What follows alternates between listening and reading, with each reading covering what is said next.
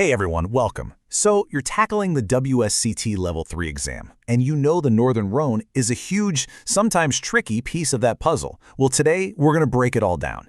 This is your focus guide to exactly what you need to know to nail this section. Let's dive right in. First things first, let's get some perspective. All those prestigious, world-famous wines from the Northern Rhône, the ones that get all the attention, they make up only about 5% of the entire Rhône Valley's wine production. Just 5%!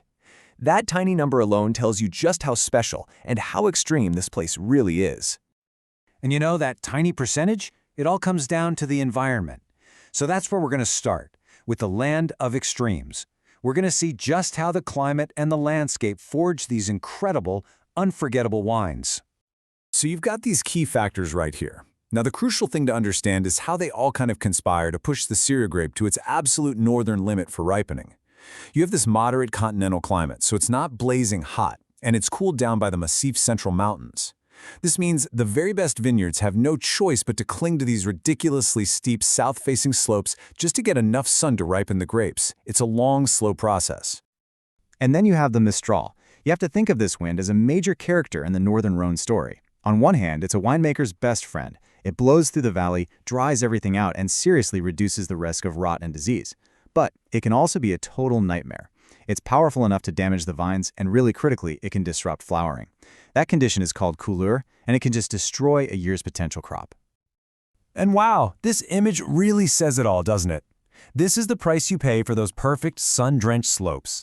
You can't get a tractor up there. No way! Everything, and I mean everything, from pruning the vines to picking the grapes, has to be done by hand. This intense, back-breaking work is a huge reason these wines come with a hefty price tag. It's a key point to remember for the exam. Okay, so we've set the stage, we know the lay of the land. Now let's meet the stars of the show. Getting a handle on these key grape varieties is absolutely fundamental. All right, write this down, highlight it, tattoo it on your brain, whatever you need to do, because this is one of the most important facts for WSET Level 3. In the entire Northern Rhône, Syrah is the one, the only black grape variety permitted. That's it. No Grenache, no Mourvèdre, none of that. It is a single varietal red wine region, period. And this right here, this is your classic profile. Because it's growing at the very cool northern edge of where it can ripen, the Syrah here gets this amazing high acidity and firm tannins. That's the backbone, the structure, that lets these wines age for decades. And yeah, you get those deep black fruit notes. But the signature giveaway for Northern Rhône Syrah is that it's savory. It's not just a fruit bum. You're going to get fresh cracked black pepper, maybe some smoky notes, and those classic beautiful violet aromas. Think of this slide as your cheat sheet for telling the two halves of the valley apart. It's simple. The north is all about the purity of Syrah, with really strict rules. The south, that's the land of blends. That's where you find the famous GSM, Grenache, Syrah, and Mourvèdre, plus a whole bunch of other grapes. You absolutely cannot get these two confused in the exam. Now, Syrah is the king, for sure, but he doesn't rule completely alone. There are 3 key white varieties here that play incredibly important and really distinct roles. So let's meet the trio. Here's a great way to think about it. Viognier is the solo superstar. It's intensely aromatic. We're talking powerful blossom, apricot, peach notes. It makes these full-bodied, high-alcohol, low-acid wines, and its spiritual home is Condrieu. Marsanne and Roussanne, on the other hand, they're the classic double act. Marsanne brings the richness, the weight, that almost oily texture. Roussanne brings the acidity and the pretty, perfumed aromatics. They almost always work together, blended to create a perfectly balanced wine. Okay, deep breath. This is the part you've been waiting for. The absolute core of what you need to know for the exam. The appellations, or the crus. Let's take a quick tour moving from north to south, right down the river. Think of this table as your new best friend. Seriously, this is your study guide. Way up top, you've got Côte-Rôtie, the roasted slope, and its white wine-only neighbor, Condrieu. Then you get the huge, sprawling Saint-Joseph, which means quality can be all over the place.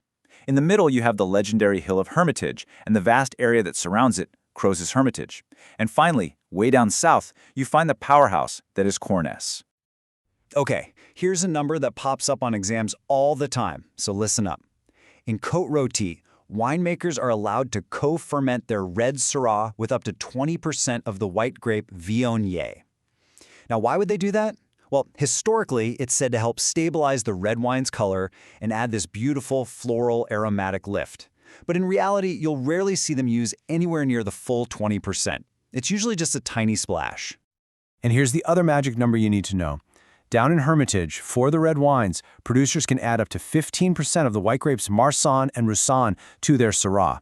Again, this is a rule that allows for it, but it's certainly not something every winemaker chooses to do. Let's clear this up right now, because this is a super common mix-up. Hermitage is one single, steep, south-facing hill of granite. It produces consistently powerful, complex, world-class wines. Crozes-Hermitage is the much, much larger area that surrounds that famous hill. Its terrain is super varied, including a lot of flat plains, and that means the quality and style of Crozes-Hermitage are all over the map, but they often produce lighter, more approachable wines that are perfect for drinking a bit younger. All right, we have covered a ton of ground, so let's boil it all down into your final checklist. These are the absolute, must-know, essential facts you need to walk away with for your exam. Here it is. Number 1. The climate is moderate continental, and the big weather factor is the mistral wind. 2. Syrah is the one and only red grape. 3. Remember the white trio? Viognier is the aromatic star, Marsanne brings richness, Roussanne brings acidity.